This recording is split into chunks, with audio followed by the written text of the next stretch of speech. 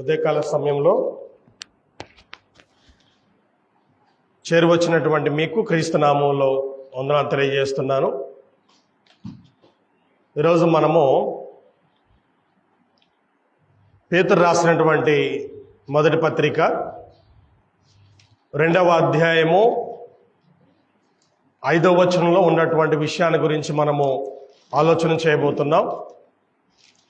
అలాగనే ఎఫెసీ పత్రిక 2వ అధ్యాయము 21, 22 వచనాల్లో ఉన్నటువంటి విషయాన్ని కూడా ఈరోజు మనము చూడబోతున్నాం. ఈరోజు మన అంశం ఏంటంటే సజీవమైన రాళ్ళు. పేతురు రాసినటువంటి మొదటి పత్రిక 2వ అధ్యాయము 5వ వచనంలో యేసుక్రీస్తు ద్వారా దేవునికి అనుకూలమగు ఆత్మ సంబంధమైన బలులు అర్పించుటకు పరిశుద్ధ యాజకులుగా ఉండునట్లు మీరును సజీవమైన రాళ్ళ వలె ఉండి ఆత్మ సంబంధమైన మందిరముగా కట్టబడుచున్నారు. దీని గురించి ఈరోజు మనము ఆలోచన చేయబోతున్నాం. ఆత్మ సంబంధమైనటువంటి మందిరము, అది సజీవమైన రాళ్లచే కట్టబడేటువంటిది. దీని గురించి మనము ఆలోచన చేయబోతున్నాం. మనందరికీ తెలిసిన విషయం ఏంటంటే దేవుడు అని అంటే ఆయనకు ఒక మందిరం ఉంటుంది. ఆ గుళ్ళో దేవుడు ఉంటాడు. మనం మొదటి నుంచి నేర్చుకున్న విధానం అది. ఒక గుడి ఉంటుంది, ఆ గుళ్ళో దేవుడు ఉంటాడు. మనం అప్పుడప్పుడు వెళ్ళి ఆయన దర్శించుకోవాలి, దండం పెట్టుకోవాలి. మధ్య మధ్యలో కొన్ని జాతరలు జరుగుతుంటాయి, పాల్గొనాలి. అది మనం నేర్చుకున్నటువంటి విధానము. ఆ తర్వాత మనము క్రీస్తుని గురించి, సంఘాన్ని గురించి నేర్చుకున్న తర్వాత ఇక్కడ కూడా చర్చిలో దేవుడు ఉంటాడు. చర్చి పోయేటప్పుడు జాగ్రత్తగా ఉండాలి, ఆ కాసేపు భయంతో ఉండాలి, చెప్పులు బయట ఇప్పాలి. ఇలాంటి విధానం కూడా మనం నేర్చుకున్నాం. అయితే వాస్తవానికి దేవుడు కోరినటువంటిదేమో వేరే. ఏంటంటే ఆత్మ సంబంధమైన మందిరము, ఆత్మ సంబంధమైనటువంటి బలులు అర్పించటము, సజీవమైనటువంటి రాళ్ళు. దేవుని యొక్క వాక్యమే ఈ రీతిగా చెప్తుంది. మనం నేర్చుకుందేమో భౌతికమైనటువంటి విషయాలు. కాబట్టి ఈరోజు దీని గురించి కొంత వివరంగా మనము ఆలోచన చేద్దాం. సజీవమైనటువంటి రాళ్ళచే ఎలాగూ ఆత్మ సంబంధమైన మందిరం కట్టబడుతుందో దీని గురించి మనము ఆలోచన చేయబోతున్నాం. ముందుగా రాళ్ళు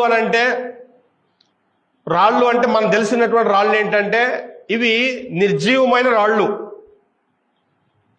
అంటే వాటిలో ప్రాణం లేదు. దేవుడు ఈ సృష్టిలో కొన్ని జీవము కలిగినటువంటి విషయాలు ఉన్నాయి, కొన్ని ఏమో జీవము లేనటువంటి విషయాలు ఉన్నాయి. మొక్కలు, జంతువులు, మనుషులు, ఇవేమో జీవం కలిగి ఉన్నాయి. రాళ్ళు, బంగారము, మట్టి, ఇలా కొన్ని ఏమో వాటిలో జీవం ఉండదు. అవి నిర్జీవమైనటువంటి వస్తువులు. ఈ రాళ్ళు కూడా వాస్తవానికి ఇవి కూడా నిర్జీవమైనటువంటి విషయాలే. అయితే దేవుడు వీటిని మనకు ఎందుకు ఇచ్చాడు అని అంటే, మానవుడు భూమి మీద నివసించాలనంటే చూడండి, ఉండటానికి ఒక నివాసం కావాలి, ఇల్లు కావాలి. ఇల్లు అనేటువంటిది కర్రలతోనో రాళ్లతోనో ఏర్పాటు చేసుకుంటాడు. అంటే మానవుడు నివసించడానికి ఇవి అవసరం, గృహం అవసరము. ఆ గృహాన్ని కొంతమంది కర్రలతో ఏర్పాటు చేసుకుంటారు, కొంతమంది ఏమో మంచి మంచి రాళ్ళు ఉపయోగించుకొని నివాసం ఏర్పాటు చేసుకుంటారు. ఒకసారి మనము ఎస్తేరు గ్రంథంలో ఒక రాజుగారి ఇల్లు ఎలా ఉందనేటువంటిది ఒకసారి మనము ఆలోచన చేసుకుందాం. ఎస్తేరు గ్రంథము 1వ అధ్యాయము 6వ వచనంలో అక్కడ ధవల ధూమ్ర వర్ణము గల అవిసనారతో చేయబడిన తాళ్లతో చలువరాతి స్తంభముల మీద ఉంచబడిన వెండి కమ్ములకు తగిలించిన తెలుపును ఊదా రంగును కలిసిన తెరలు వేలాడుచుండెను. మరియు ఎరుపు, తెలుపు, పసుపు, నలుపు అయిన చలువరాళ్ళు పరిచిన నేల మీద వెండి బంగారుమయమైన జలతారు గల పరుపులుండేను. ఇది ఒక రాజుగారి ఇల్లు. ఈయన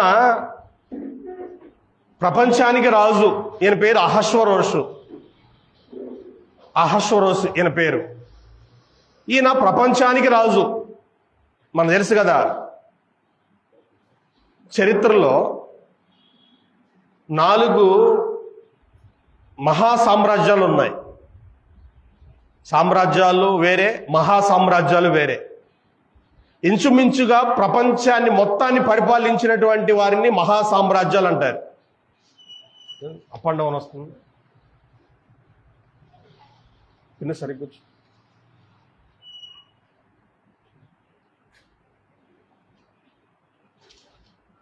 మహాసామ్రాజ్యాలు అని అంటే ఇంచుమించుగా ప్రపంచాన్ని మొత్తాన్ని పరిపాలించటం. వాటిల్లో 4 ఉన్నాయండి. మొట్టమొదటి మహాసామ్రాజ్యము బబులోను సామ్రాజ్యం. బ్యాబిలోన్ అంటారు. ఆ తర్వాత మాదియా పార్సిక సామ్రాజ్యం, మెడో పర్షియన్ అంటారు. ఆ తర్వాత గ్రీకు సామ్రాజ్యం, గ్రీకులు.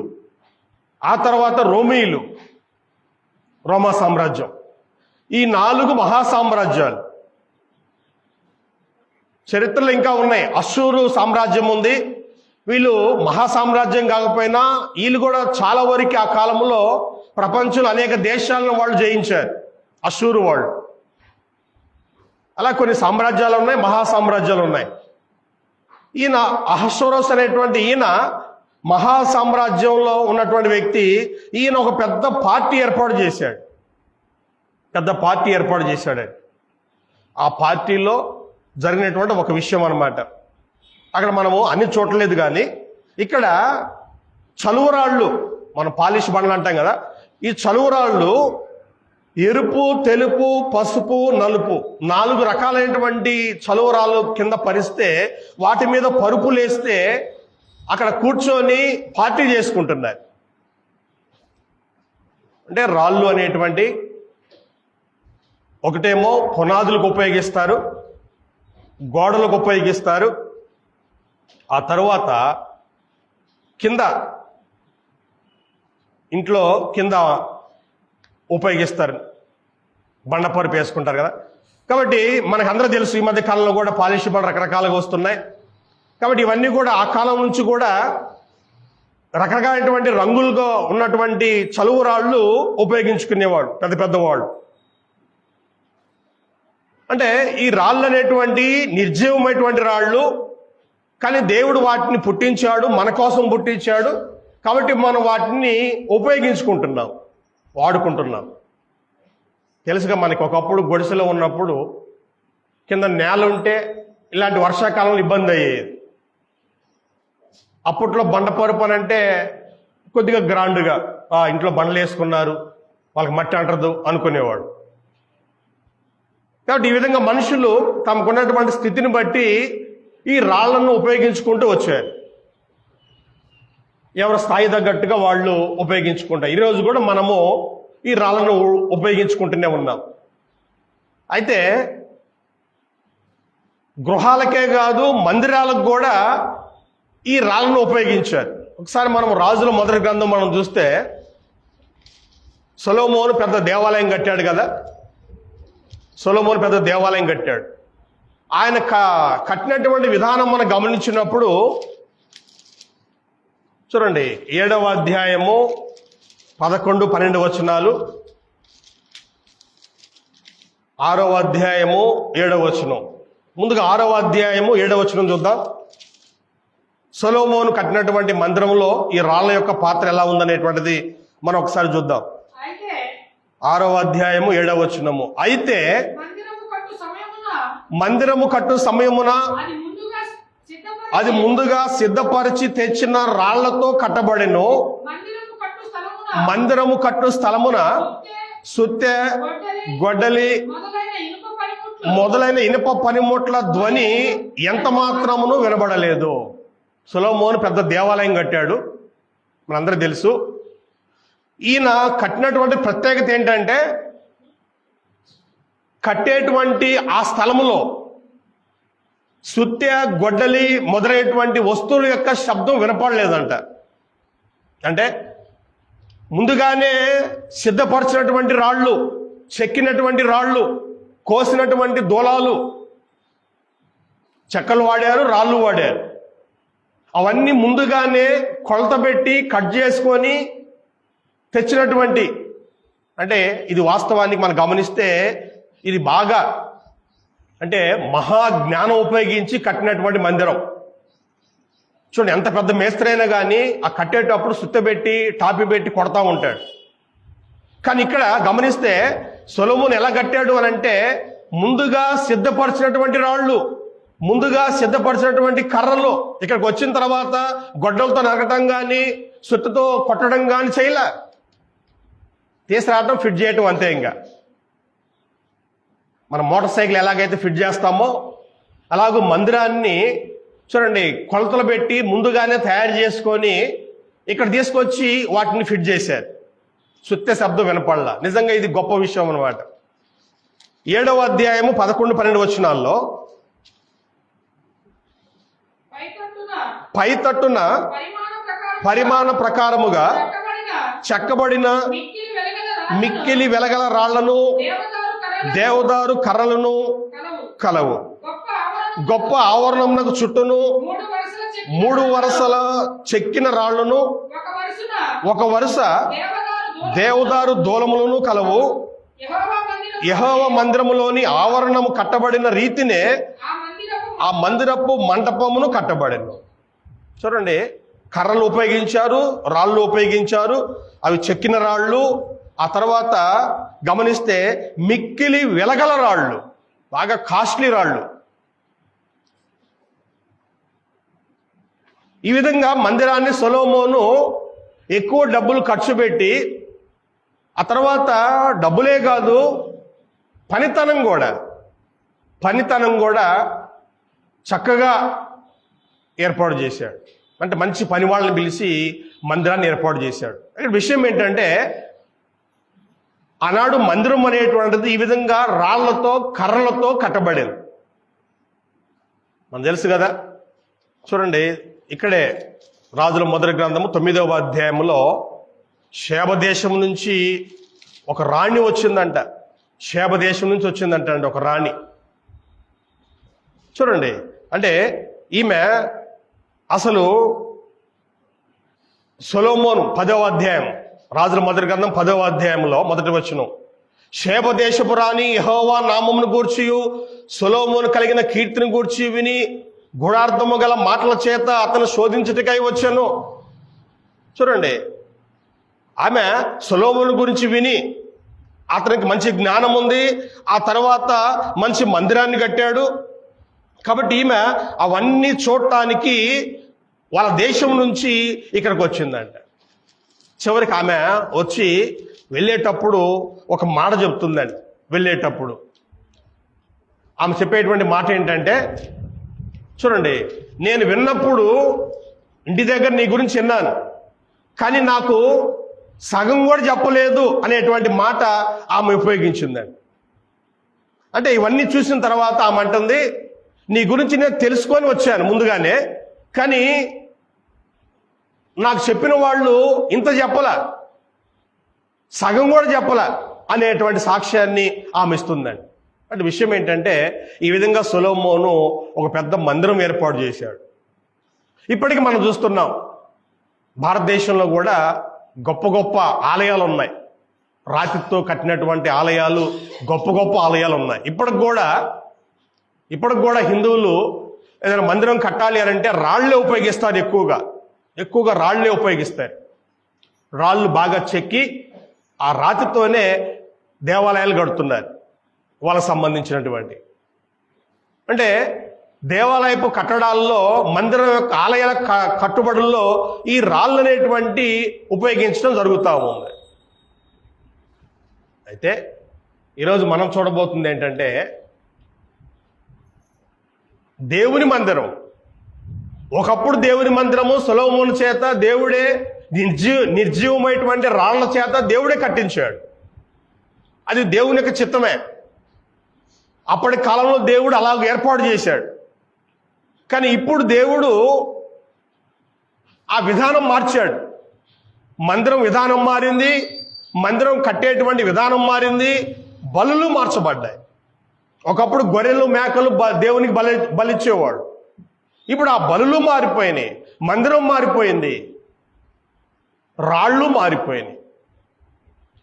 కాబట్టి ఇప్పుడు ఉన్నటువంటి విధానం గురించి మనము ఈరోజు ఆలోచన చేద్దాం. ఒకసారి మనం అపోస్తుల కార్యం 17వ అధ్యాయంలో, అపోస్తుల కార్యం 17వ అధ్యాయం 30వ వచనం. అపోస్తుల కార్యములు 17:30. ఆ అజ్ఞాన కాలములను దేవుడు చూచి చూడనట్టుగా ఉండెను. పౌలు, ఇప్పుడు క్రైస్తవ యుగంలో ఉన్నటువంటి పౌలు మాట్లాడుతూ ఆ అజ్ఞాన కాలములను దేవుడు చూచి చూడనట్టుగా ఉన్నాడు అన్నాడు. అంటే గడిచిపోయిన వాటిని అజ్ఞాన కాలములు అంటున్నాడు. అంటే జ్ఞానం అనేటువంటిది వాళ్ళు పూర్తిగా అందల. ఇశ్రాయేలుకి జ్ఞానం అనేటువంటి అందింది కానీ పూర్తిగా అందల. పూర్తి జ్ఞానం అనేటువంటిది క్రీస్తు ద్వారా, పరిశుద్ధాత్మ ద్వారా, అపోస్తలుల ద్వారా మాత్రమే ఈ లోకానికి, ఈ ప్రపంచానికి అందింది. తెలుసుగా మనకి యోహాను సువార్త 16వ అధ్యాయంలో యేసు ప్రభు చెప్పిన మాట అదే. యోహాను సువార్త 16వ అధ్యాయము 13వ వచనంలో, అయితే ఆయన అనగా సత్యస్వరూపైన ఆత్మ వచ్చినప్పుడు మిమ్మల్ని సర్వసత్యములోనికి నడిపించును. సర్వసత్యము, పూర్తి జ్ఞానం అనేటువంటిది పరిశుద్ధాత్మ వలన మనకి బయలుపరచబడింది. కాబట్టి ఇప్పుడు క్రైస్తవ యుగములో ఇప్పుడు మరలా మనం ఆ వచనం చూద్దాం. పేతురు రాసినటువంటి మొదటి పత్రిక 2వ అధ్యాయం 5వ వచనంలో పరిశుద్ధాత్మ మనకి పూర్తి జ్ఞానాన్ని బయలుపరిచిన తర్వాత ఇప్పుడు వాళ్ళు చెప్తున్న మాట, అపోస్తులు చెప్తున్న మాట. పేతురు అంటే ఈయన కూడా ఒక అపోస్తులుడు. పేతురు అంటే అపోస్తుల్లో ప్రసిద్ధమైన వాడు. ఏం చెప్తున్నాడు? యేసు క్రీస్తు ద్వారా దేవునికి అనుకూలములకు ఆత్మ సంబంధమైన బలు అర్పించుటకు పరిశుద్ధ యాజకులుగా ఉండున్నట్లు మీరును సజీవమైన రాళ్ల వలె ఉండి ఆత్మ సంబంధమైన మందిరముగా కట్టబడుచున్నారు. ఇప్పుడు పూర్తిగా మారిపోయిందని. ఏంటంట? ఆత్మ సంబంధమైన బలులు, సజీవమైన రాళ్ళు, ఆత్మ సంబంధమైన మందిరము. అంటే దేవుడు పూర్తిగా మార్చేశాడు. ఒకప్పుడంటే అజ్ఞాన కాలం అది. కాబట్టి బంగారం ఉపయోగించి, రాళ్ళు ఉపయోగించి, కర్రలు ఉపయోగించి ఒక మందిరం ఏర్పాటు చేస్తే దేవుడు దాన్ని ఓకే అన్నాడు. దేవుని యొక్క మహిమ దాంట్లో నిండింది. అంతకంటే ముందు ప్రత్యక్ష గుడారం అని ఒకటి కట్టుకున్నారు. కర్రలతో, గుడ్డలతో దాన్ని ఏర్పాటు చేసుకుంటారు. అక్కడక్కడ బంగారం కూడా ఉపయోగిస్తారు. దాన్ని దేవుడు అనుమతించాడు. ఆ తర్వాత దావీదు మహారాజు లేదు గుడారం కాదు, నేను ఒక పెద్ద మందిరం కడతాను ముందుకు వచ్చినప్పుడు దేవుడు దాన్ని కూడా ఓకే అన్నాడు. నువ్వు కాదులే, కాకపోతే నీ కొడుకు కడతాడని చెప్పి దావీదు చెప్తే సొలొమోను పెద్ద మందిరం ఏర్పాటు చేశాడు. సొలొమోను చెప్పాడు, అప్పుడే చెప్పాడు, అయ్యా భవిష్యత్తులో మీ బిడ్డలు అంటే ఇక్కడ ఉంటేనేమో లోపలికి వచ్చి ఆరాధిస్తారు, బలు అర్పిస్తారు. ఒకవేళ వీళ్ళు చెదిరిపోతే, ఇతర దేశాలకు చెదిరిపోతే, శత్రులు వాళ్ళని తీసుకెళ్తే వాళ్ళు ఎక్కడున్నా కూడా ఈ మందిరం వైపు తిరిగి ప్రార్థన చేస్తే నువ్వు వాళ్ళ ప్రార్థన విను అని సొలొమోను అప్పుడే దేవునికి విజ్ఞాపన చేశాడు. కాబట్టి వాళ్ళు ఎక్కడ చెదిరిపోయినా కూడా యెరూషలేము వైపు వాళ్ళు చూస్తూ ప్రార్థన చేస్తే దేవుడు వాళ్ళ ప్రార్థన వినేవాడు. దేవుడు ఆ మందిరాన్ని అలాగూ ఆయన ఏర్పాటు చేశాడు. కానీ ఇప్పుడు క్రైస్తవ యుగంలో దేవుడు మందిరాన్ని పూర్తిగా మార్చేశాడు. ఏమన్నాడు అనంటే ఆత్మ సంబంధమైన మందిరము అన్నాడు. ఆత్మ సంబంధమైందంటే ఉంటది కానీ కనబడదు. అది శరీరానికి ఆత్మకు తేడా ఏంటంటే శరీరమైన ఆత్మైన రెండు ఉంటాయి. ఒకటేమో కనపడుద్ది, ఇంకోటేమో కనపడదు, అంతే. ఇప్పుడు ఈ మందిరం అనేటువంటిది ఉంది, కానీ కంటికి కనపడదు. కర్రలు ఉపయోగించాల్సిన పని లేదు, రాళ్ళు ఉపయోగించాల్సిన పని లేదు, బంగారము వెండి ఉపయోగించాల్సిన పని లేదు. కానీ ఏంటంట, సజీవమైనటువంటి రాళ్లచే కట్టబడాలంట. సజీవమైనటువంటి రాళ్ళు. ఇంకో మాటలో చెప్పాలి అని అంటే మనుషుల చేత ఈ మందిరం అనేటువంటిది ఏర్పాటు అవ్వాలి. మనందరూ తెలిసిన వాక్యం ఒకటి ఉంది కదా, ఎక్కడ 2-3 కూడితే అక్కడ ఉంటానని చెప్పాడు. అది మనుషులని కావాల్సింది.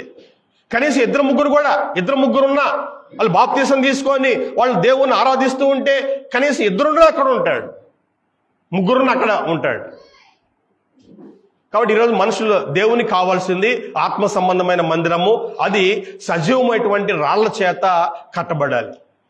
ఎఫెసీ పత్రిక 2వ అధ్యాయంలో కూడా పౌలు, అవేం పేతురు మాటలు, ఇప్పుడు పౌలు మాటలు కూడా మనం చూద్దాం. 2వ అధ్యాయము 19 నుంచి ఉంది, మనము చూద్దాం. 20వ వచనం నుంచి. క్రీస్తు యేసే ముఖ్యమైన మూలరాయి ఉండగా అపోస్తులను ప్రవక్తలను వేసిన పునాది మీద మీరు కట్టబడి ఉన్నారు. ప్రతి కట్టడమును ఆయనలో చక్కగా అమర్చబడి ప్రభువునందు పరిశుద్ధమైన దేవాలయం మాటకు వృద్ధి పొందుచున్నది. ఆయనలో మీరు కూడా ఆత్మ మూలముగా దేవునికి నివాస స్థలమై ఉండుటకు కట్టబడుచున్నారు. ఇక్కడ భౌతికమైనటువంటి ఇల్లు అయినా ఆత్మీయమైనటువంటి ఇల్లు అయినా రెండు ఒకటే. కాకపోతే ఒకటేం కనపడుద్ది, ఒకటేం కనపడదు. ఇప్పుడు దేవుడు చూస్తాడు, వింటాడు, సహాయం చేస్తాడు, నడుస్తాడు, పరిగెత్తుతాడు, కానీ కనబడడు. అలాగే మందిరం అనేటువంటిది భౌతికమైనటువంటి మందిరము ఎలాగైతే పునాది, ఆ తర్వాత గోడలు, కప్పు ఇలా ఉంటుందో ఆత్మీయమైనటువంటి మందిరం కూడా అలాగే. ఇక చూడండి, క్రీస్తు యేసే ముఖ్యమైన మూలరాయి ఉండగా కట్టుబడి చేసేవాళ్ళు తెలుస్తాడు. మూలరాయి అనేటువంటిది ఒకటి ఉంటుంది, మొట్టమొదటి వేసేటువంటి రాయి ఒకటి ఉంటుంది. కాబట్టి యేసుక్రీస్తు మొట్టమొదటి మూలరాయి అయితే ఆ తర్వాత అపోస్తులను ప్రవక్తలు వేసిన పునాది మీద మీరు కట్టబడి ఉన్నారు. యేసుక్రీస్తు, అపోస్తులు వీళ్ళందరూ కూడా పునాది. మనం ఆ పునాది మీద కట్టబడుతున్నాం. అది ఇక్కడ ఒక మాట ఇచ్చాడు చూడండి మీరు 21వ వచనంలో. ప్రతి కట్టడము ఆయనలో చక్కగా అమర్చబడి ప్రభువునందు పరిశుద్ధమైన దేవాలయం ఒకటికి వృద్ధి పొందుచున్నది.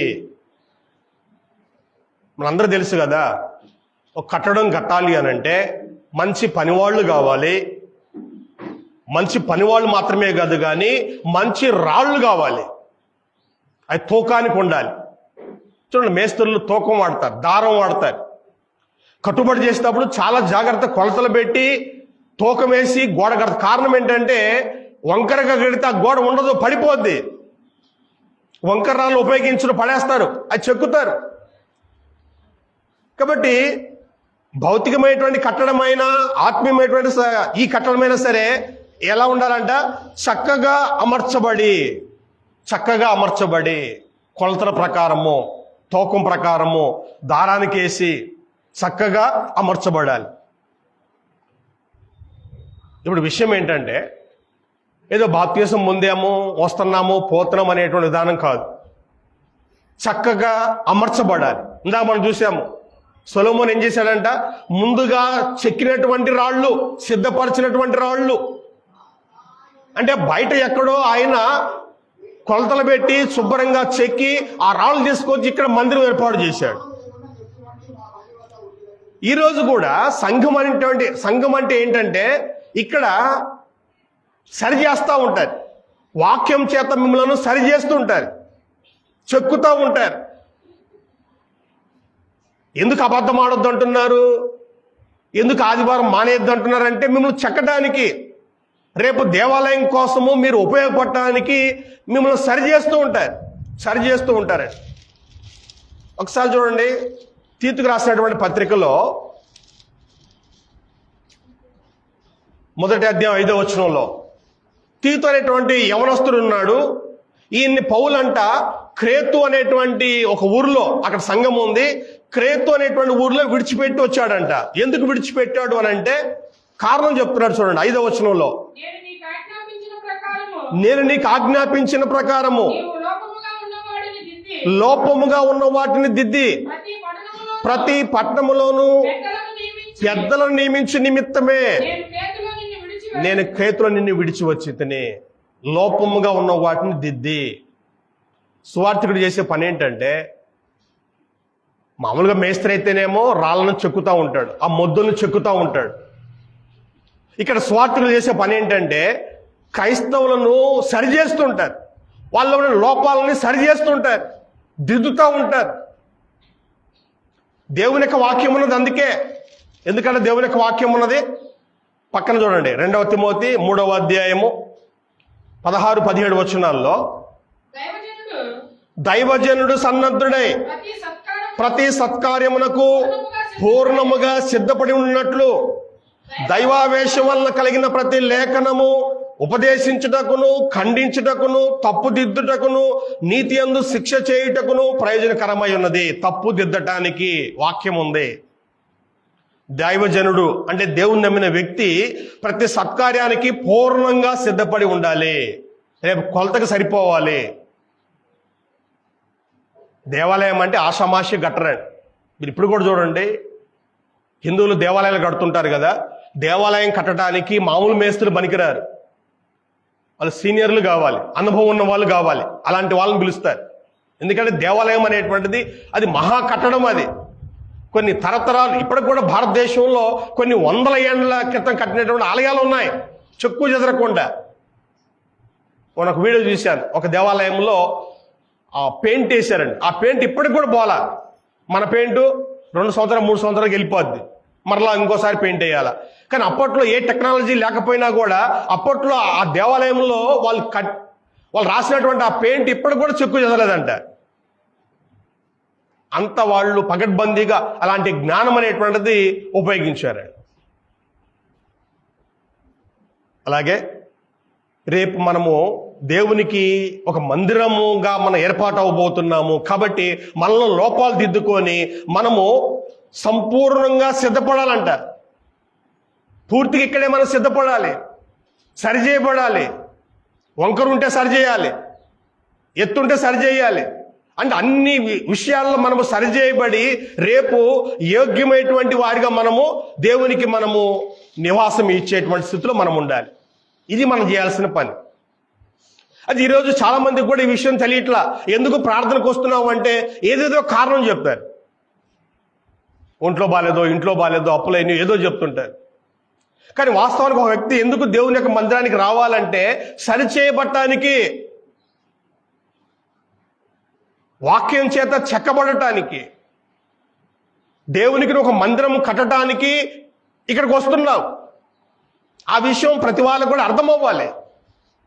చాలా సందర్భాలు ఏమంటారంటే, ఈరోజు పాస్టర్ గారు మా గురించి వాక్యం చెప్పాడంటారు. అవును, మీ గురించి కాబట్టి ఎవరి గురించి చెప్తారు? పక్షుల గురించి, జంతువుల గురించి, వాటి గురించి అని చెప్తారా? వాటికి వాక్యం అవసరం లేదు, అవి ఎలా ఉండాలి అలాగ ఉన్నాయి. ఈరోజు సరిచేయబడాల్సింది మానవులు, జంతువులు కాదు, పక్షులు కాదు. చూడండి, జంతువులు, పక్షులు వాటి పని అవి చేస్తున్నాయి. సృష్టి మొత్తం కూడా దేవుని యొక్క మాట వింటుంది. అందరూ తెలుసు కదా, ఒక పెద్ద చేపకి దేవుడు చెప్పాడు యోనాని మింగాలి, 3 రోజులు నీ కడుపులో దాచుకోవాలి, 3 రోజుల తర్వాత అతనికి కక్కాలి అని దేవుడు ఒక చేపకు చెప్తే ఆ చేప కరెక్ట్గా అలాగనే చేసింది. ఒక గాడిద మాట్లాడాలంటే మాట్లాడింది. అంటే దేవుడు ఎవరికి ఏ పని అప్పచెప్తే ఆ పని చేస్తున్నాయి. పక్షులైనా, జంతువులైనా, ఆకాశమైనా, నేలైనా, ఏదైనా కానీ దేవుని యొక్క మాట వింటుంది. మాట వినంది ఎవరంటే మనుషులే. వీళ్ళని సరిచేయాలి. అందుకే వాక్యం అనేటువంటిది మనుషుల కోసం రాయబడింది కానీ జంతువులకో పక్షులకో కాదు. కాబట్టి నా గురించే చెప్పారంటే నీ గురించి చెప్తారు, నా గురించే చెప్తారు. మనం అందరము సరిచేయబడాలి. దైవజనుల పని ఏంటంటే లోపంగా ఉన్న వాటిని దిద్దాలి, లోపంగా ఉన్న వాటిని దిద్దాలి, చూసుకుంటూ పోవటం కాదు. అంటే ఇక్కడ సేవకులకి గొప్ప పని ఉంది, గొప్ప పని ఉందండి. సేవకులు మాత్రమే కాదు, వస్తున్నటువంటి అందరికి కూడా నేను సరిచేయబడాలి, నేను దేవునికి యోగ్యమైనటువంటి పాత్రగా ఉండాలి అనేటువంటిది మనం అందరం కూడా గ్రహించాలండి. 2వ అధ్యాయం, తిమోతి రాసిన 2వ పత్రిక 2వ అధ్యాయంలో 20వ వచనమండి. గొప్ప ఇంటిలో వెండి పాత్రలను బంగారు పాత్రలు మాత్రమే గాక కర్రవి మట్టివి కూడా ఉండును. వాటిలో కొన్ని ఘనతకును కొన్ని ఘనహీనతను వినియోగించబడును. ఎవడన్నా వీటిలో చేరక తను తాను పవిత్రపరచుకుని ఎడల వాడు పరిశుద్ధపరచబడి యజమానుడు వాడుకున్నటకు అర్హమై ప్రతి సత్కార్యములకు సిద్ధపరచబడి ఘనత నిమిత్తమైన పాత్ర అయి ఉండును. మన ఇంట్లో చూస్తుంటాం కదా, పేదవాళ్ళైనా గొప్పవాళ్ళైనా ఇంట్లో కొన్ని వస్తువులు ఉంటాయి. బంగారు వస్తువులు ఉంటాయి, వెండి వస్తువులు ఉంటాయి, కొన్ని మట్టి ఉంటాయి, కొన్ని కర్రవి ఉంటాయి. ఈ మధ్య అయితే ప్లాస్టికు, గ్లాసు ఇలాంటి వస్తువులు ఉంటున్నాయి. అంటే కొన్నిటిని మనము ఘనమైన వాటికి ఉపయోగిస్తాము, కొన్నిటిని మనము ఘనహీనమైన వాటికి ఉపయోగిస్తాం. ఏదైనా కానీ యజమానుడు వాడుకోవటానికి అర్హమైనటువంటి పాత్ర అయి ఉండాలి. కొన్ని వస్తువులు చేస్తాం మనం, పాడైపోతాయి, అవి వాడుకోవటానికి పనికి రాకుండా పోతాయి. అలా కాదు, ఉపయోగపడాలి. 22వ వచనం, నీవు యవనేచ్ఛల నుండి పారిపోమ్ము, పవిత్ర హృదయులై ప్రభువునకు ప్రార్థన చేయవారితో కూడా నీతిని భక్తిని నీతిని విశ్వాసమును ప్రేమను సమాధానమును వెంటాడము. నేర్పులేని మూడుల వితర్కములు జగడను పుట్టించినని ఎరిగి అట్టి వాటిని విసర్జించుము. చెప్తా ఉన్నాడు, యవనేచ్ఛల నుండి పారిపో. నువ్వు దేవునికి ఉపయోగపడాలి. యవనస్తుడు అయినా కదా, ఒక యవనస్తుడికి దేవుడు చెప్తున్నాడు, నీవు యవనేచ్ఛల నుండి పారిపోమ్ము. అంటే పౌలు చెప్పాడు అంటే దేవుడు చెప్తేనే పౌలు చెప్పేది. కాబట్టి దేవుడు చెప్తున్నాడు, నీవు యవనేచ్ఛల నుండి పారిపోమ్ము. యవనస్తుడు కూడా దేవునికి కావాలా? మనోళ్ళేమో నువ్వు యవనస్తుడు బాప్తీసం తీసుకోకూడదు, నువ్వు ఇప్పుడు కాదులే బాప్తీసం ఎవరికంటే వయసు పోయిన వాళ్ళకి, వయసు అయిపోయిన వాళ్ళకి బాప్తీసం. హిందువులు కూడా అంతే, హిందువులు కూడా అన్ని అయిపోయిన తర్వాత అప్పుడు వాళ్ళ ముసలితనంలో హరే రామ హరే కృష్ణ అనుకుంటా వాళ్ళు గడుపుతూ ఉంటారు. అంటే వాళ్ళ ఉద్దేశం ఏంటంటే వయసు అయిపోయిన తర్వాత దేవుడు, వయసులో నీ ఇష్టం, నీకేం నచ్చితే అది చెయ్యి. చూడండి, ఈరోజు ఇదే విశ్వాసాన్ని క్రైస్తవులు కూడా అవలంబిస్తున్నారు. చూడండి, ఒకప్పుడు కంటే కూడా ఇప్పుడు టెక్నాలజీ బాగా పెరిగిపోయింది. ఇప్పుడు కనుక యవనస్తులు మనం వదిలేసామనంటే దేనికి బానిస అయిపోతాడు? ఈరోజు చాలా మత్తు పదార్థాలు ఉన్నాయి లోకంలో. ఒకవేళ దేనికి బానిస అయిపోయినా కూడా వాడు మనకు దక్కే అవకాశం లేదు. మద్యం ఉంది, చూడండి, ఇంకా మద్యానికంటే డేంజర్ అయినటువంటివి ఉన్నాయి. కాబట్టి ఈరోజు యవనస్తుల్లోనే చూడండి, సొలొమోను మహాజ్ఞాని చెప్తా ఉన్నాడు. ప్రసంగి గ్రంథము 12వ అధ్యాయము 1వ వచనం. మహాజ్ఞానులేమో ఒక మాట చెప్తుంటే మనోళ్ళేమో ఇంకో మాట చెప్తున్నారు. ఒకసారి రెండింటికి తేడా మీరే చూడండి. మొక్కై వంగనది మానై వంగున అని మనమే చెప్తాము. మళ్ళీ మనమేమంటామంటే వయసు వాళ్ళకి ఏం చెప్తాం, ఇప్పుడు కాలే నువ్వు దేవుని నమ్ముకునేది అంత అయిపోయినాక అంటాం. రెండు చెప్పేది మనమే, రెండు నాలుకలు. మొక్కై వంగనది మానై వంగున అని చెప్పేది మనమే. యవనస్తులకేమో మీరు బాప్తీసం తీసుకోకూడదు తర్వాత అని చెప్పేది మనమే. ఇంతకీ రెండు మాటలు మాట్లాడకూడదు, ఒకే మాట మాట్లాడాలి. ఎప్పుడైనా వంగుద్ది చెట్టు, ఇబ్బంది ఏమీ లేదు అని అనండి. ఎంత పెద్ద చెట్టు అయినా సరే నేను వంగేస్తా, అప్పుడు పెద్దదైన తర్వాత దాని వంకని నేను సరి చేస్తా, అలా అవుద్ది అని చెప్పండి, ఇబ్బంది లేదు. ఇంకా రెండు సరిపోతాయి. కానీ ఇక్కడ ఒక మాట చెప్పి అక్కడ ఒక మాట చెప్తే ఎలా? మహాజ్ఞానం చెప్తున్నాడు చూడండి, 12వ అధ్యాయం 1వ వచనము.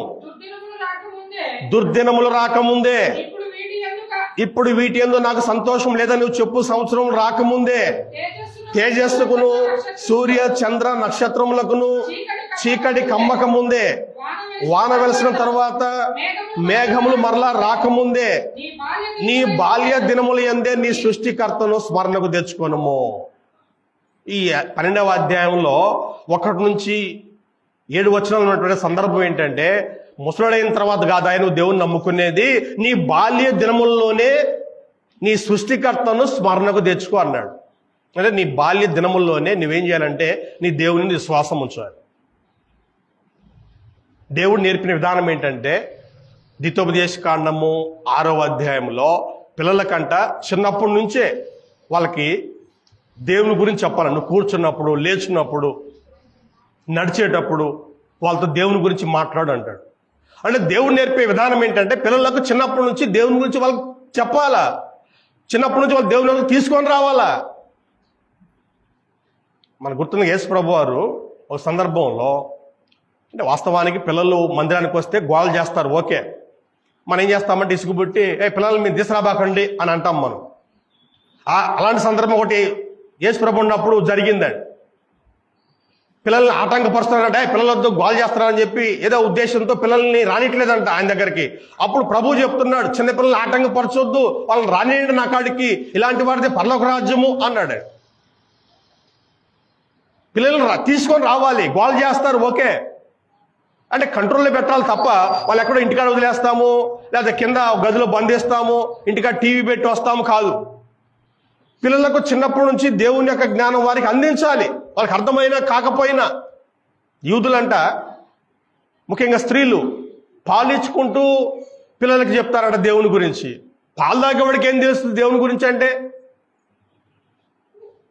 ఏదో ఒక మాట వాడికి నాటుద్ది అంతే. సైన్స్ దీన్ని ఒప్పుకుంటుందండి. భార్య ప్రెగ్నెన్సీగా ఉన్నప్పుడు ఇబ్బంది పెట్టవద్దు, ఆమెని తిట్టవద్దు, కొట్టవద్దు అని చెప్తారండి డాక్టర్లు. అంటే సైన్స్ ఏం చెప్తుందంటే భార్య ప్రెగ్నెన్సీగా ఉన్నప్పుడే ఆమెను ఇబ్బంది పెట్టొద్దు అంటారు. ఎందుకంటే లోపల బిడ్డ గమనిస్తాడంట. సైన్స్ కూడా ఒప్పుకుంటుంది ఆ విషయం. అంటే వాస్తవం ఏంటంటే పిల్లలు ఏదో ఒకటి నేర్చుకుంటారు. నువ్వు 100 చెప్తే 100 నేర్చుకోరు కానీ కనీసం ఒకటనే నేర్చుకుంటారు. వాళ్ళు 100లో ఒకటనే నేర్చుకుంటారు.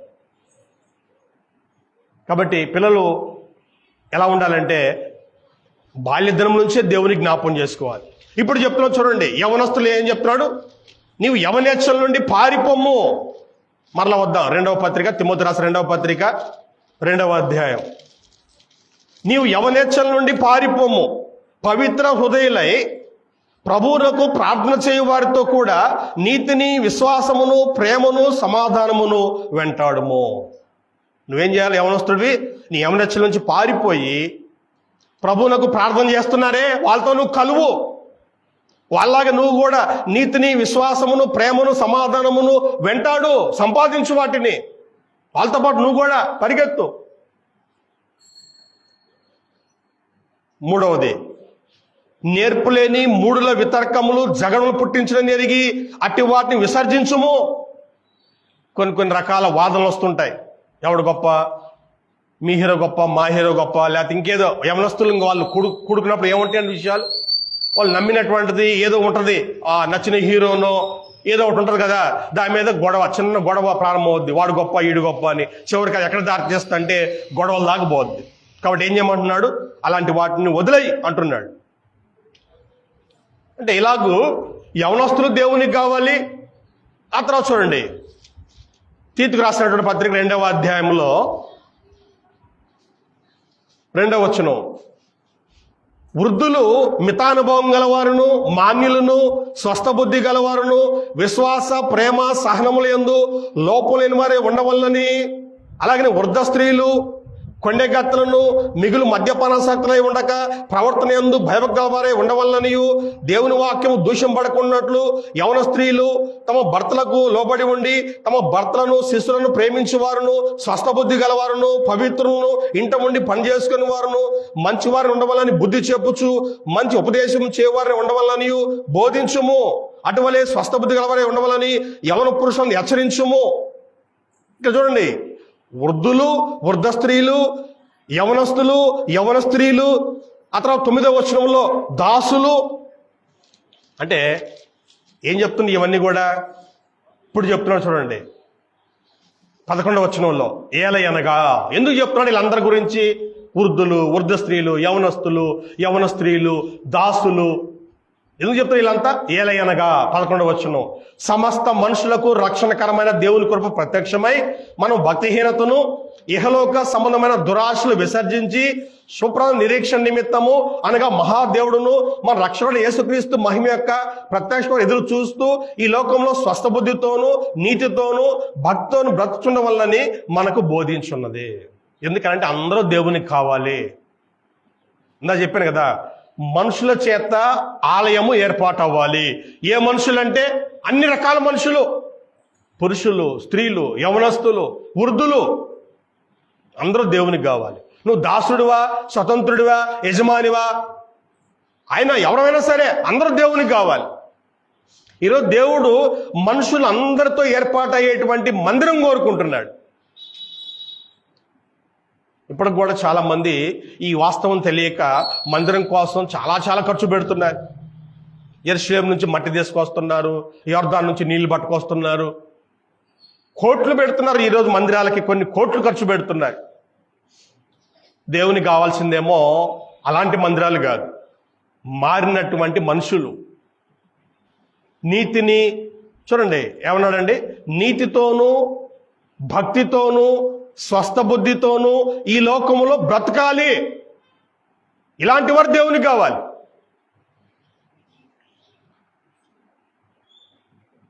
నీతిగా జీవించేవాడు, భక్తిగా జీవించేవాడు. చూడండి, మెదడు అంటే ఆలోచన విధానం కరెక్ట్గా ఉన్నవాళ్ళు, పవిత్రమైనటువంటి ఆలోచన ఉన్నవాళ్ళు, అలాంటి వాళ్ళు దేవునికి కావాలి. అలాంటి వారితో మందిరం అనేటువంటిది ఏర్పాటు అవ్వాలి. మన వాళ్ళు దీన్ని పక్కన పెట్టారు. దీన్ని పక్కన పెట్టి మాది 4 కోట్లు, మీది 4, మాది 5, మాది 10, మాది 20, మాది 100 కోట్లు, ఇలా మందిరాలకు ఖర్చు పెడుతున్నారు. మీరు రాళ్ళు తీసుకొచ్చి ఎక్కడ నుంచి తీసుకొచ్చారు? రాళ్ళు రాజస్థాన్ మార్బుల్స్ అంటారు. రాజస్థాన్ తెప్పించాం మార్బుల్స్. మీరు రాజస్థాన్ తీసుకొచ్చారు, మేము యొర్దానికి పోయి నీళ్ళు తీసుకొచ్చాం, లేదా యెరూషలేము పోయి మట్టి తీసుకొచ్చాం. దేవునికి కావాల్సింది ఆత్మ సంబంధమైనటువంటి మందిరము, సజీవమైనటువంటి రాళ్ళు అంటే మారినటువంటి క్రైస్తవులు. ఇలాంటి వారి చేత మందిరం అనేటువంటిది ఏర్పాటు అవ్వాలి. చూడండి, మనుషుల చేత ఏర్పడేటువంటి మందిరం. కాబట్టి ఎక్కడ ఉంటాడంట దేవుడు?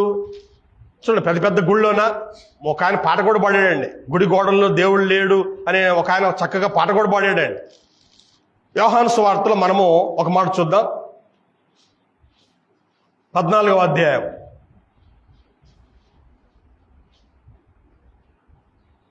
యోహాను సువార్త 14వ అధ్యాయము 23వ వచనంలో,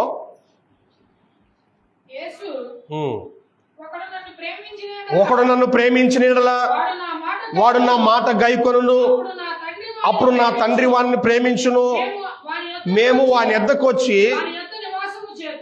చూడండి, మేము వాని యొద్దకు వచ్చి వాని యొద్ద నివాసము చేతుము. ఎక్కడ ఉంటాడు దేవుడు? గుడి గోడల్లో కాదు. మహా రాళ్ళు తీసుకొచ్చాము. సొలొమోను ఏం చేశాడంట? మిక్కిలి వెలగల రాళ్ళు, ముందుగానే చెక్కినటువంటి రాళ్ళు, సుత్త వాడకుండా, గొడ్డలు వాడకుండా, అంత పకడ్బందీగా మంచి జ్ఞానయుక్తం కట్టినటువంటి అలాంటి మందిరములో దేవుడు ఉంటాడా? ఒకప్పుడు ఉన్నాడు. అది అజ్ఞాన కాలము. ఇప్పుడు పరిశుద్ధాత్మను బయలుపరుస్తున్నాడు. ఇప్పుడు దేవునికి కావాల్సింది ఆత్మ సంబంధమైన మందిరము. ఇప్పుడు దేవునికి కావాల్సింది ఎవరు? ఒకడు నన్ను ప్రేమించిన యెడల వాడు నా మాట గైకొనును. నా మాట గైకొనేవాడు కావాలి. అప్పుడు తండ్రి వాడిని ప్రేమిస్తాడు, మేము వాని యొద్దకు వచ్చి వాని యొద్ద నివాసము చేతుము. ఎవరి దగ్గర ఉంటాడు దేవుడు అంటే? ఆయన మాట గైకొనే వారి దగ్గర దేవుడు ఉంటాడు. ఆయన మాట వినే వారి దగ్గర దేవుడు ఉంటాడు. ఆయన మాట వినకుండా 4 కోట్లు పెట్టాను, 10 కోట్లు పెట్టాను, 20 కోట్లు పెట్టాను, ఇది దేవుని మందిరము, ప్రపంచంలో పేరుంది, దేశంలో పేరుంది, గ్రామంలో పేరుందంటే అవి నీ గొప్ప, దేవునికి అవి అవసరం లేదు. చూడండి, దేవుడంట ఈ లోక జ్ఞానాన్ని వెరితనంగా చేశాడంట. ఈ లోకం అంటే దేవునికి అది వెరితనం. చూడండి, బంగారం అనేటువంటిది, బంగారాన్ని పుట్టించింది దేవుడు, వెండిని పుట్టించి రాళ్ళు పుట్టించింది దేవుడు. ఇలాంటి దేవుడు చూడండి, అపోస్తల కార్యం 17వ అధ్యాయంలో అదే చెప్తున్నాడండి. ఇక్కడ ఏథెన్స్ అనేటువంటి పట్టణము మొదటి శతాబ్దంలో ఉన్నటువంటి ఏథెన్స్ అనే ఈ పట్టణంలో పెద్ద పెద్ద ఆలయాలు ఉన్నాయి. మన భారతదేశంలో కూడా ఇప్పుడు మనము గొప్ప ఆలయాలు చూస్తున్నాం కదా. అప్పట్లో ఏథెన్స్ అనేటువంటి టౌన్లో పెద్ద పెద్ద ఆలయాలు ఉండేవండి. అన్ని దేవుళ్ళ బొమ్మలు అక్కడ ఉంటాయి. ఈ దేవుడు లేడు అని చెప్పడానికి లేదు. అన్ని రకాల దేవుళ్ళు ఆ పట్టణంలో ఉంటాయని. అలాంటి ఊరికి వెళ్ళాడంట ఎవరో పౌలు వెళ్ళాడు. ఆ గుళ్ళు చూసి చూడండి 16వ వచనంలో, వారి కొరకు కనిపెట్టుకొని ఉండగా ఆ పట్టణము విగ్రహములతో నిండి ఉండుట చూచినందున అతని ఆత్మ పరితాపము పట్టలేకపోయింది. చాలు. ఆ పట్టణం అంట విగ్రహాలతో నిండిపోయిందంట. దైవభక్తి ఎక్కువ ఆ పట్టణంలో. గొప్ప గొప్ప ఆలయాలు ఉన్నాయి, గొప్ప గొప్ప విగ్రహాలు ఉన్నాయి. బంగారు వెండి రాళ్లతో చేసిన విగ్రహాలు ఉన్నాయి అక్కడ. ఆ పట్టణానికి వెళ్ళిన తర్వాత పౌలు అవన్నీ చూసిన తర్వాత చూడండి ఒక మాట చూడండి ఏమన్నాడు 23వ వచనంలో, నేను సంచరించుచు మీ దేవతా ప్రతిమలను చూచుండగా. ఆయనకి మనసులో ఇంకా ఆగలేకపోయాడు. అసలు ఈ గుళ్ళు చూద్దాం, ఈ బొమ్మలు చూద్దాం అని చెప్పి మొత్తం తిరిగేలా చూశాడంట. ఆయనకు అనిపించింది ఏంటంటే 22వ వచనం చూడండి, మీరు సమస్త విషయములో అతి దేవతా భక్తి గలవారు ఉన్నట్టు నాకు కనబడుచున్నది. వాళ్ళ భక్తి మామూలు భక్తి కాదండి. ఎలాంటి భక్తి అంట? ఎలాంటి భక్తి వాళ్ళది? అతి దేవతా భక్తి అంట. అంటే వాళ్ళు మందిరం కట్టడంలో కానీ బొమ్మలు పెట్టడంలో కానీ అందరిని మించిపోయారు. నెంబర్ 1 అన్నమాట ప్రపంచంలో. అలాంటి చోటికి పౌలు వెళ్ళి ఏం చేశాడంట? సంచరించాలని చూశాడంట. మొత్తం తిరిగల్లా చూశాడంట. ఆ బొమ్మలేంటి, ఆ గుళ్ళు ఏంటి అని మొత్తం చూశాడంట. ఇప్పుడు చెప్తున్నా చూడండి, ఆయన పౌలు చెప్పే మాట, వాళ్ళతో చెప్పే మాట ఏంటంటే 25వ వచనంలో, అందరికీ జీవమును ఊపిరిని సమస్తము దయచేసాడు ఈ దేవుడంట. తనకు ఏదైనా కొదువు ఉన్నట్టు మనుషుల చేతులతో సేవింపబడువాడు కాడు. అంటే బంగారం ఇచ్చింది ఆయన, ఈ సృష్టి మొత్తం ఏర్పాటు చేసింది ఆయన. అలాంటిది వాటితో నువ్వు గొప్ప పని చేస్తే దేవుడు సేవింపబడతాడా? పెద్ద మందిరం కట్టాను, బంగారంతో కట్టాను, మిక్కిలి వెలగలరాలతో కట్టాను అని అంటే దేవుడు తనకైనా కొదువు ఉందా? ఆయన బంగారం కొత్త, రాళ్ళ కొత్త ఏమన్నా ఆయనకి? చూడు, మన బోటలకైతే అంతగా బంగారం ఉండదు, పెద్ద పెద్ద రాళ్ళు మనం ఉపయోగించాం, మనకైతే గొప్ప. దేవునికి అవి అసలు ఆయనకి ఎన్నికలోనికి రావు, లెక్క కూడా చేయడానికి. బంగారం వెండి ఇవన్నీ కూడా ఆయన ఎలా చూస్తాడంటే ఇవన్నీ కూడా కొన్నాళ్ళకి నశించిపోతాయి.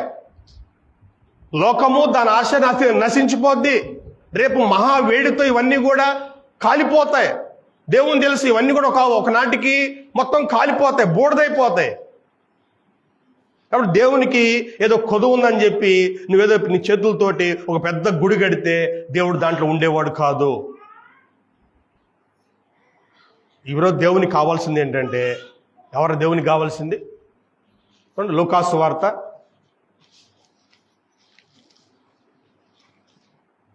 15వ అధ్యాయం.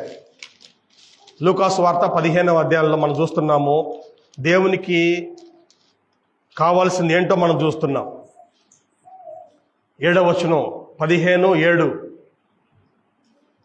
99 మంది నీతిమంతుల విషయమై కలుగు సంతోషము కంటే మారు మనసు పొందు ఒక్క పాపి విషయమై పరలోకమందు ఎక్కువ సంతోషం కలుగును. పాపి మారటం దేవునికి కావాలి, మనుషుల్లో మార్పు కావాలి. కారణం ఏంటంటే మనుషులతో ఏర్పాటయ్యేటువంటి మందిరం అని కోరుకుంటున్నాడు. చూడండి, మనుషుల్లో మారాలి. మారు మనసు పొందేటువంటి వారిలో దేవుడు సంతోషపడతాడు. వాళ్ళ చేత మందిరం కట్టబడాలి. నా మాట గైకొని అన్నాడు కదా, కాబట్టి ఆయన మాట ఎవరైతే వింటున్నారో వాళ్ళ దగ్గరకు వచ్చి ఆయన నివాసం చేస్తాడు. అది దేవుడు ఉండే చోటు ఎక్కడ అంటే, ఎవరైతే దేవుని యొక్క మాట వింటున్నారో వాళ్ళ దగ్గరకు వచ్చి దేవుడు ఉంటాడు. ఇప్పుడు చెప్పండి, బాప్తీసం తీసుకోకపోతే దేవుడు ఉన్నట్ట? లేనట్టు. బాప్తీసం మంది కూడా ఆరాధన రాకపోతే దేవుడు నీళ్ళు లేడు. బాప్తీసం మంది కూడా నీ బ్రతుకు మార్చుకోకపోతే దేవుడు నీళ్ళు నివాసం చేయడు. ఎక్కడుంటాడు అని అంటే, ఆయన మాట ఎవడైతే గైకొంటాడో వాళ్ళ దగ్గరకు వచ్చి ఆయన నివాసం ఉంటాడు. కాబట్టి గమనించండి, ఈరోజు మనం ఎందుకున్నాము అని అంటే భూమి మీద దేవునికి నేను ఉపయోగపడాలి. స్త్రీలు, పురుషులు, వృద్ధులు ఎవరైనా సరే, దాసులైన, స్వతంత్రులైన, ఉద్యోగం లేకపోయినా, వివాహం కాకపోయినా ఎవరైనా సరే అందరూ దేవునికి కావాలి. నీ చేత మందిరం అనేటువంటిది ఏర్పాటు అవ్వాలి. నువ్వు సజీవమైనటువంటి రాయివి. ఒకప్పుడేమో నిర్జీవమైన రాళ్ళతో మందిరం కట్టారు, అది ఆ కాలం వేరే. ఇప్పుడు కాలంలో దేవునికి మందిరం ఏంటంటే సజీవమైన రాళ్ళు, అంటే మారినటువంటి క్రైస్తవులు, మారు మనసు పొందినటువంటి వ్యక్తులు, ఇలాంటి వారి చేత దేవుని యొక్క మందిరం అనేటువంటిది కట్టబడాలి. వీళ్ళు ఏం చేయాలి? చక్కగా అమర్చబడాలి. ప్రతి సత్కార్యములకు పూర్ణంగా సిద్ధపడి ఉండాలి. లోపాలంటే సరి చేసుకుంటూ మన జీవితాన్ని ముగించే లోపు దేవునికి ఒక మంచి మందిరాన్ని మనము ఇవ్వగలగాలి. నేను ఒక రాయిగా ఉన్నాను అని మనము మన జీవితాన్ని అలాగ ముగించాలి తప్ప,